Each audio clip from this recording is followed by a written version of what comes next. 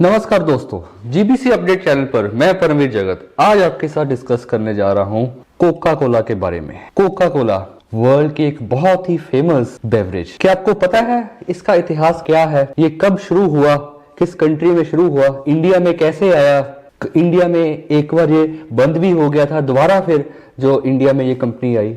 चलिए आज इस सब के बारे में हम बात करते हैं। दोस्तों, अमेरिका में एक फार्मासिस्ट थे जॉन पेम्बरटन। अमेरिका में सिविल वॉर शुरू हुई, जॉन पेम्बरटन ने सिविल वॉर में हिस्सा लिया। वो वहां पर उस वॉर में जख्मी हुए और डॉक्टर्स ने उनको बहुत सारी मॉर्फिन दी।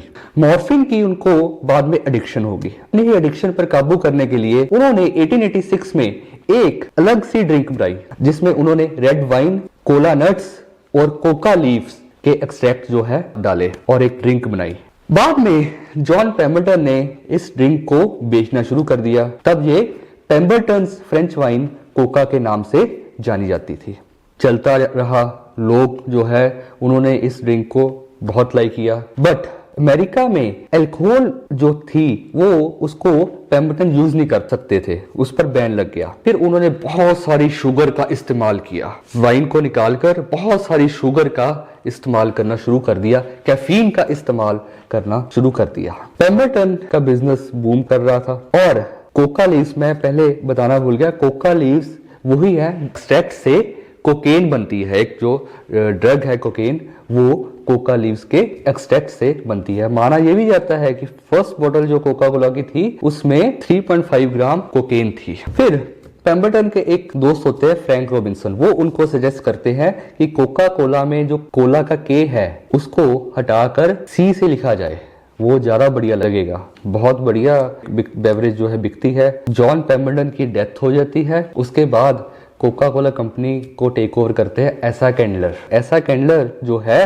वो 1929 में कोका कोला में से पूरी की पूरी कोकेन को हटा देते हैं, कोकेन फ्री कर देते हैं कोका कोला को। तो हम देखते हैं कि आज जो हमारी जो फेवरेट कोका कोला है उसमें शुरू में कोकेन का इस्तेमाल होता था, बट 1929 के बाद नहीं होता। दोस्तों चलिए अब बात करते हैं कि इंडिया में ये कंपनी कैसे आई और उसको कौन कौन सी मुसीबतों का सामना करना पड़ा। एक ग्रुप है प्योर ड्रिंक्स ग्रुप, जिनके हेड थे Charanjit Singh. Pure drinks group जो है वो अर्ली 1950s में कोका कोला को इंडिया में लेकर आया। कोका कोला ने बहुत बिजनेस किया। सिर्फ $20,000 का इन्वेस्टमेंट किया था उन्होंने इंडिया में आके शुरू में। अपना फर्स्ट बॉटलिंग प्लांट जो है दिल्ली में शुरू किया, बहुत बिजनेस किया। बट इंडिया, जैसे हमें पता है कि इंडिया थोड़ा सा लीन करता था सोशलिज्म की तरफ, समाजवाद की। तो इंडिया के जो पॉलिटिकल लीडर है वो एक अमेरिकन कंपनी को लाइक नहीं करते थे बहुत ज्यादा। और हमारा फॉरेन एक्सचेंज को लेकर हमारे पास कोई एक्ट भी नहीं था, कोई कानून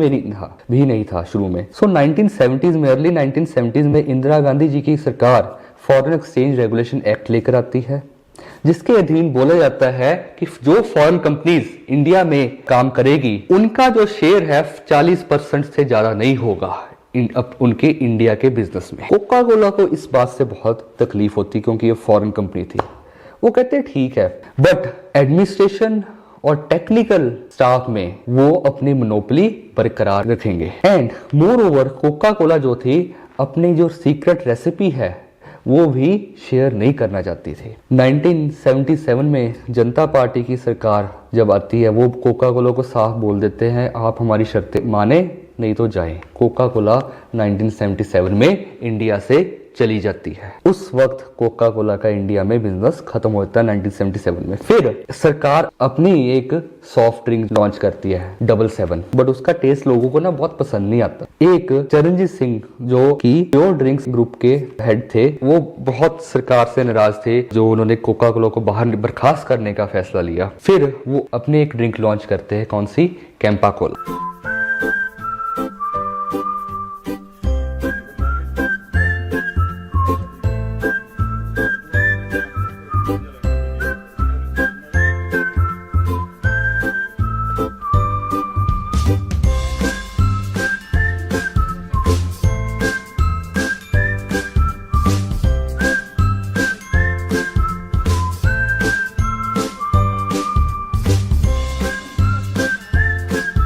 कैंपा कोला एक ऑरेंज फ्लेवर ड्रिंक थी जो लोगों को बहुत पसंद आती है। 77 पसंद नहीं आई पर कैंपा कोला पसंद आती है।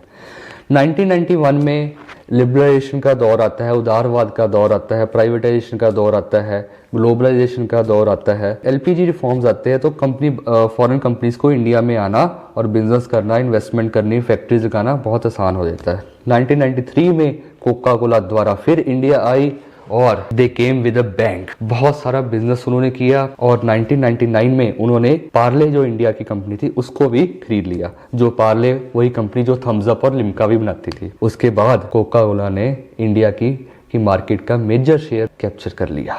बट दोस्तों एक बात है, अभी इस ड्रिंक को देखते हैं। यहां पर लिखा हुआ है इंग्रेडिएंट्स में ब्रैकेट में नेचुरल फ्लेवरिंग सब्सटेंसेस। वो एग्जैक्ट इंग्रेडिएंट्स क्या है, नेचुरल फ्लेवरिंग सब्सटेंसेस क्या है, वो अब कोका कोला जो है अपनी बॉटल्स पे और कैंस पे नहीं लिखता। इनकी जो रेसिपी है इन्होंने कभी भी किसी के साथ शेयर नहीं की। वो एक बहुत ही बड़ा सीक्रेट है आज तक दुनिया में। सो इंग्रेडिएंट्स भी इन्होंने बहुत लेट आकर लिखने शुरू किए। बट क्या इंग्रेडिएंट्स एग्जैक्ट क्या रेसिपी है वो it is still a myth. आशा रखता हूँ आपको ये जानकारी पसंद आई होगी। जीबीसी अपडेट चैनल पर आगे भी ऐसे हम दिलचस्प बातें करते रहेंगे। धन्यवाद।